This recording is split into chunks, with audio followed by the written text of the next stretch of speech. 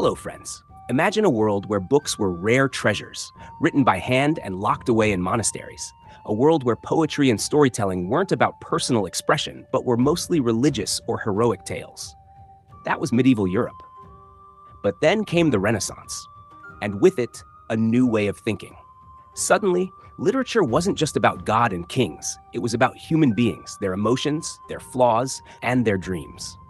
And at the heart of this transformation stood two literary pioneers, Francesco Petrarch and Giovanni Boccaccio. Let's start with Petrarch, often called the father of humanism. Born in 1304, he was obsessed with the wisdom of the ancient Romans and Greeks. While most of his contemporaries saw the Middle Ages as the height of civilization, Petrarch saw it differently. He believed Europe had fallen into darkness after Rome's decline, and the only way forward was to rediscover the lost knowledge of the past.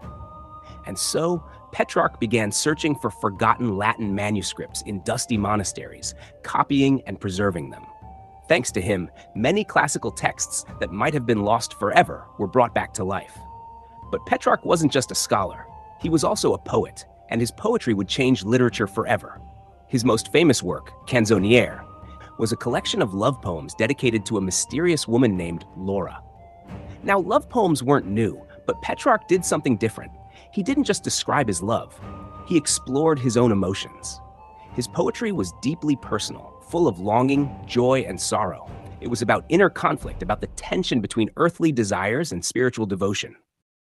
This style became known as Petrarchan love, influencing poets for centuries, including Shakespeare.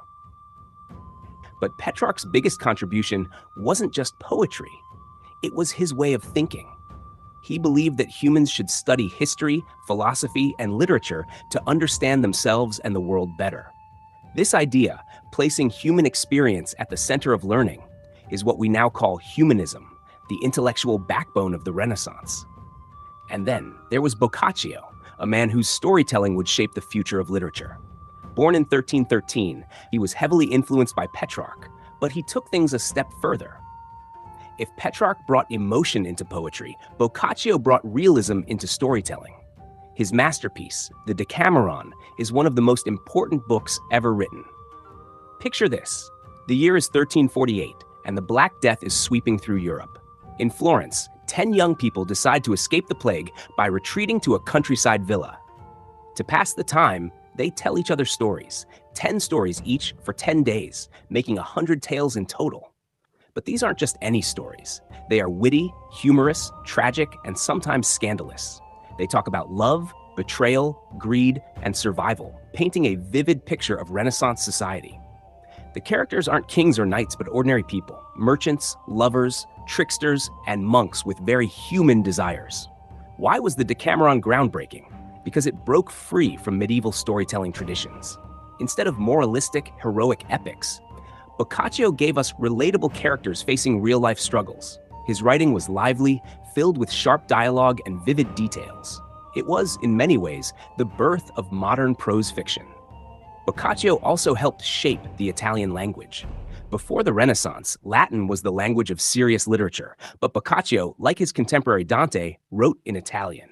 This made literature more accessible to common people, paving the way for Italian to become a major literary language. Together, Petrarch and Boccaccio reshaped the literary world. One revived the classics and championed humanist thought. The other crafted realistic, engaging stories that reflected life as it was. Their influence spread far beyond Italy, inspiring generations of writers across Europe. Without them, there would be no Shakespeare, no Cervantes, no modern literature as we know it. But literature wasn't the only thing evolving during the Renaissance. Politics, too, was undergoing a transformation, one that wasn't always so poetic. In our next episode, we'll step into the mind of one of history's most controversial thinkers, Niccolò Machiavelli, the man who redefined power and politics. Stay tuned, friends, because things are about to get very interesting.